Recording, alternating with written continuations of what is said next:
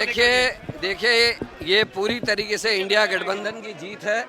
सारी पार्टियों ने मिलकर काम किया और हम जीते हैं। राहुल गांधी की भारत जोड़ो यात्रा का व्यापक असर था और भगवान राम ने अयोध्या हराया, अगल बगल की 6 सीटें हराई।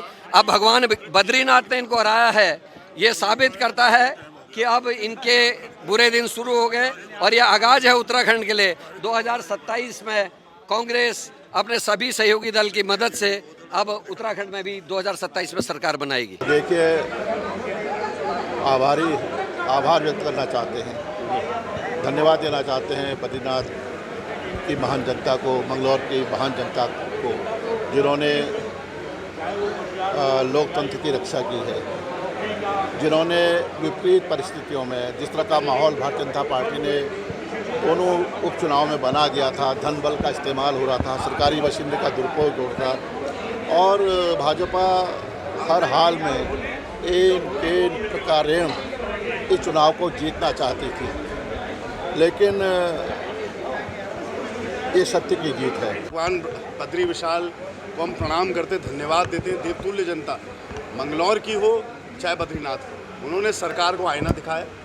आर्थिक न्यायिक सामाजिक दंड जो जनमानस झेल रहा है और धार्मिक उन्माद के नाम पर और धर्म के नाम की राजनीति जो भारतीय जनता पार्टी कर रही है, पहले अयोध्या गया, अब बद्रीनाथ गया, केदारनाथ में हमारी दीदी हमारे बीच में नहीं रही। मैं ईश्वर से प्रार्थना करता हूँ शैला रानी रावत जी को अपने चरणों में स्थान दे, लेकिन अब बारी केदारनाथ की है।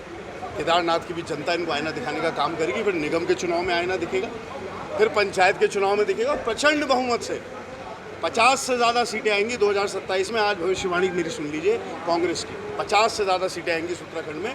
प्रचंड बहुमत से हम लोग सरकार बनाएंगे और ये जो बेलगाम और पटरी से उतरा हुआ डबल इंजन है, इसको बाहर का रास्ता हम दिखाएंगे। जिस तरह से बेंगलोर में हिंसा हुई थी और वोट नहीं डालने दिए गए, इस तरह की बात आई थी, वरना तो और भी मार्जिन होता, 5000 तक का मार्जिन होता। कई वोटरों को तो वोट भी नहीं डालने दिया।